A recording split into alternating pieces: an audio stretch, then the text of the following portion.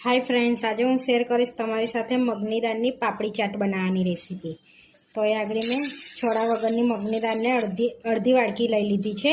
एमां थोड़ुं पाणी एड करीशुं अने सरस 2-3 पाणी आपणे एने पहेला धोई लईशुं।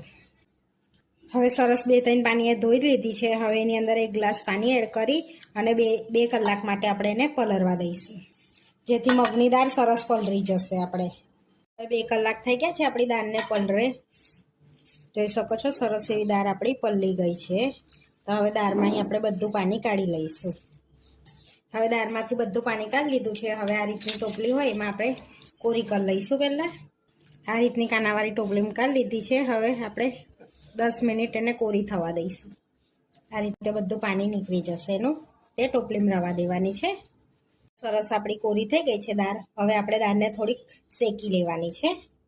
હવે કઢાઈમાં આપણે 1 પરી જેવું તેલ એડ કરીશું અને તેલને ગરમ થવા દઈશું। હવે આપણું તેલ ગરમ થઈ ગયું છે। હવે જીરું એડ કરીશું। 1 ચમચી આપણે નાની થોડી હિંગ એડ કરીશું।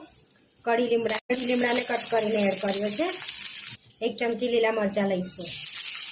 હવે આપણે શેકી લઈશું પહેલાં થોડુંક। હવે મગની દાળ એડ કરી દઈશું અંદર। હવે એની અંદર થોડાક મસાલા કરીશું। તો અહીંયા હળદર એડ કરીશું, મરી પાવડર એડ કરીશું, અડધી ચમચી ગરમ મસાલો એડ કરીશું, અડધી ચમચી ધાણા જીરું પાવડર એડ કરીશું, સંચર એડ કરીશું, થોડુંક મીઠું એડ કરીશું જેથી ટેસ્ટ સારો આવે। અડધી ચમચી લાલ મરચું એડ કરીશું। એમાં અડધી ચમચી નાની આમચૂર પાવડર એડ કરીશું, થોડોક ચાટ મસાલો એડ કરીશું। હવે સરસ મિક્સ કરી લઈશું આપણે એનો।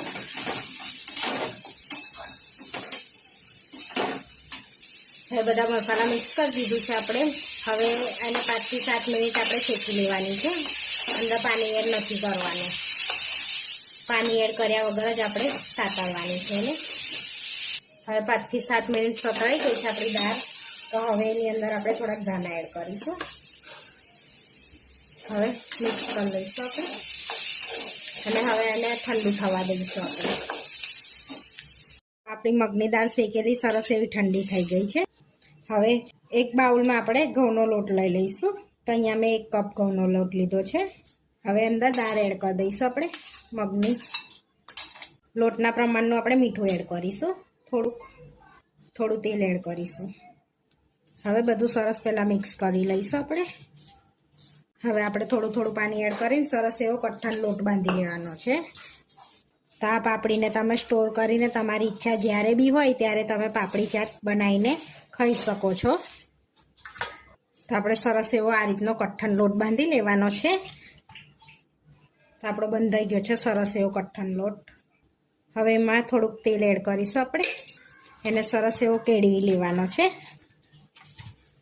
હવે સરસ કેળવી લીધો છે। હવે આપણે 10 મિનિટ એને રેસ્ટ આપીશું જેથી આપણો સરસ લોટ પલળી જાય।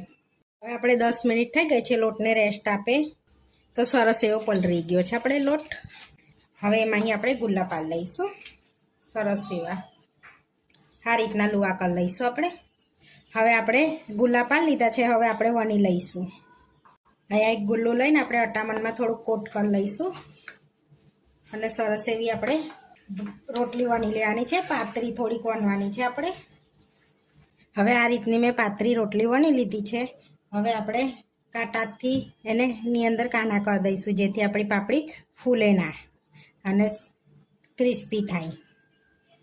પછી આ રીતની ડબ્બી કે કૂકી કટર હોય એનાથી તમે આ રીતનો શેપ આલી શકો છો એને।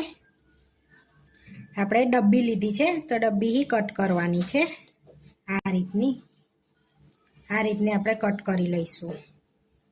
આ રીતની કટ કરી છે અને સાઈડનો ભાગ આપણે કાઢી લેવાનો છે। આ રીતે આપણે વણી લઈશું પાતળી થોડી। હવે આપણે બીજી વણીને તળી લઈશું। તો અહીંયા તેલ ગરમ કરવા મૂક્યું છે અને તેલ આપણું ગરમ થઈ ગયું છે। તો હવે આપણે પૂરી એડ કરી દઈશું અને તળી લઈશું અને ધીમા તાપે તળાવવા દઈશું। હવે પલટાઈશું, એની જાતે ઉપર આવે ને પછી આપણે એને પલટાઈ લેવાની છે અને ધીમા તાપે સરસ ક્રિસ્પી થાય ને કલર ચેન્જ થાય ને ત્યાં સુધી એને તળાવવા દેવાની છે આપણે। તો સરસ એવી ક્રિસ્પી ને આપણો કલર ચેન્જ થઈ ગયો છે। આ રીતનો કલર થાય ત્યાં સુધી તળાવવા દેવાની। હવે આપણે પ્લેટમાં લઈ લઈશું। આ રીતે આપણે બધી તળી લેવાની છે.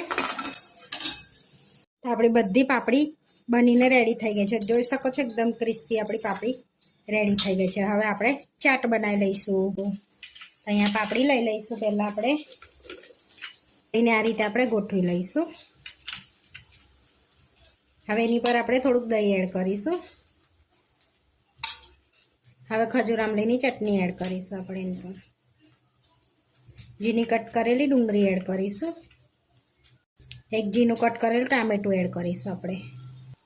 હવે થોડોક આ જ પાપડીનો આપણે ભૂક્કો એડ કરીશું. હવે ઝીણી સેવ એડ કરીશું આપણે એની પર. ચમચી ખજૂર આમલીની ચટણી એડ કરીશું આપણે. હવે એડ કરીશું દહીં આપણે. હવે થોડુંક લાલ મરચું સ્પ્રિંકલ કરીશું એની પર આપણે. ચાટ મસાલો સ્પ્રિંકલ કરીશું. હવે ધાણા એડ કરીશું એની પર થોડાક. હવે આપણી ચાટ બનીને રેડી થઈ ગઈ છે. તો આવા વિડીયો જોવા માટે મારી ચેનલને સબસ્ક્રાઈબ કરો, લાઈક કરો અને શેર કરો. અને તમે જરૂરથી ટ્રાય કરો. ફરી મળીશું નવા વિડીયોમાં.